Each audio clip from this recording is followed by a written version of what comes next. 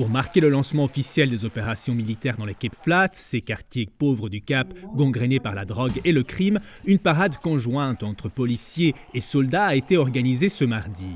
Lors de cette cérémonie, les militaires ont réaffirmé leur engagement, travailler main dans la main avec les forces de l'ordre pour lutter contre la criminalité et soutenir les populations locales.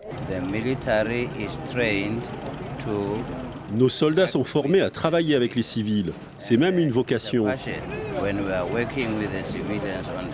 Quand on travaille sur le terrain et le long des frontières, cette coopération est permanente, 24 heures sur 24. Dès le premier jour, des perquisitions ont été menées dans les rues de Beacon Valley, un quartier marqué par les affrontements entre gangs. Objectif, saisir des armes illégales et de la drogue. C'est un grand soulagement pour nous de voir cela.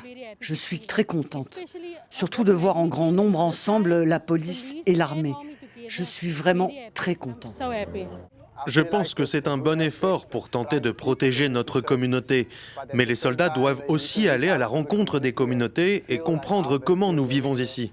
Ce n'est pas une première. En 2019, déjà, 1 millier de soldats avaient été déployés dans ces quartiers du Cap pour lutter contre les gangs.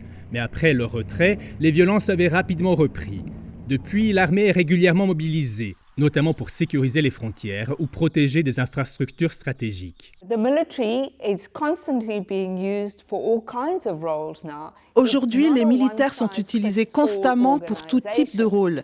Mais cela n'est pas une organisation universelle qui peut être utilisée contre le crime, l'immigration illégale et la protection des infrastructures. Pour le moment, je ne pense pas que l'État a beaucoup d'alternatives, mais cela indique une limite dans les capacités de l'État sud-africain. L'opération s'étend également à certaines zones de Johannesburg et à 3 autres régions du pays. Son coût est estimé à 42 millions d'euros, mais de nombreuses zones d'ombre subsistent, notamment sur les modalités concrètes de ces interventions. Et surtout, sur l'après. Les autorités n'ont pas précisé ce qu'il adviendra une fois la mission terminée, le 31 mars 2027.